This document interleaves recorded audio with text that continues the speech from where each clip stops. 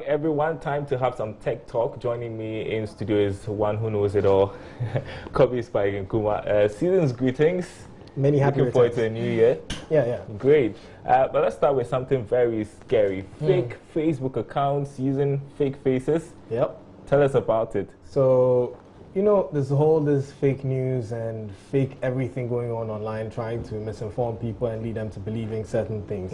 Now, what Facebook realized on Friday was that a network of accounts now were posting pro-President Trump stuff and anti-Chinese government stuff on Facebook were actually fake accounts. Now, Facebook uses a certain algorithm to detect real people from fake people. So when Facebook determines that, hey, you're a fake person, they take you off. And these people are using fake faces to beat Facebook's algorithm. And we're able to continue posting this stuff on Facebook that was misinforming people and misleading people. But Facebook seems overwhelmed. They can't deal with such stuff. There's a whole lot of people on Facebook. And you don't want to, it's a very thin line between finding what is not supposed to be on Facebook and what is supposed to be on Facebook, because you have like billions of people on Facebook. If you do this and you don't do it right, it affects the real users, and then that could be a problem. So in order not to affect the real users, they have to be very, very meticulous with what exactly they do, all the algorithms, all the changes they're making. It has to fit every single one. But that's the real concern, right? That Facebook is becoming overwhelmed. They are not able to deal with that stuff. That's a whole topic. Yeah. But let's move on to Instagram. I think this is good. Instagram influencers can no longer promote vaping and guns. Yes. So guns, Instagram has become like the place where people on Facebook are moving to. So those who are no longer, people who don't want to be on Facebook are moving to Instagram. Why? Privacy and all those things. People don't feel safe on Facebook anymore, so they're moving to Instagram. Now the thing is that some time ago they banned promoting weight loss products and beauty enhancement products because they say it affects children. Children, see the stuff and it causes them to have certain mindsets. Now vaping has been proven to have health issues, which is basically those electronic cigarettes. Yeah. So they're trying to put a ban on them because people, it's the young ones, you find the young ones wanting to try these things, so they're trying to stop them.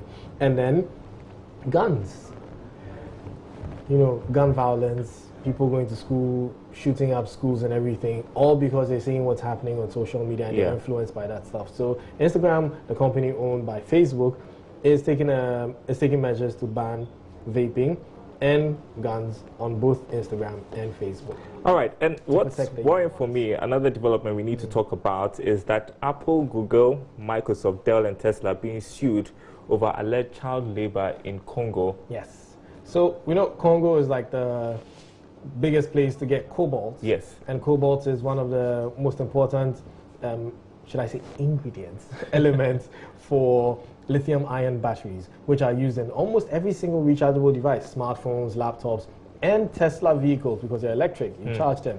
Now, there's been a lot of news going around that all this cobalt is being mined by children in the DR Congo. So this non-profit organization is saying that, hey, Microsoft, Tesla, Apple, Google, you guys know that children are the ones who are mining these, this cobalt. So, and you're still relying on that source, which is also promoting or incentivizing people to use kids for that mining. And as a result, they've decided to sue them. All right, and let's conclude with this one. Russia is doing something very interesting. I read about it yesterday. It's called the unplugged internet. Yes. What is that? Control, basically, like what China has. When you go to China, you can't access Facebook and some, networks from China. Russia wants to do the same for their country. So they're basically creating a very big intranet where they control what their citizens see. So they control what is coming in to, so the version of internet is going to be different from the version of the democratic internet. That's interesting. Yeah. And I don't want to be there because you'll be missing out on a whole lot of things. But then that definitely is true. Yeah. That definitely is true. And I'm more worried about how they're going to do it, because if, in the case of Iran and China, they already have a large control of the internet as it is. Now this means that all the independent bodies have to play ball with the government to make sure that every single network is within the circle, preventing external connections that have been blocked by the Russian government. Tell you what, I don't want to be in Russia now. No, me neither. Corey Spike, thanks very much for the Tech Talk. Up next, sports, stay tuned.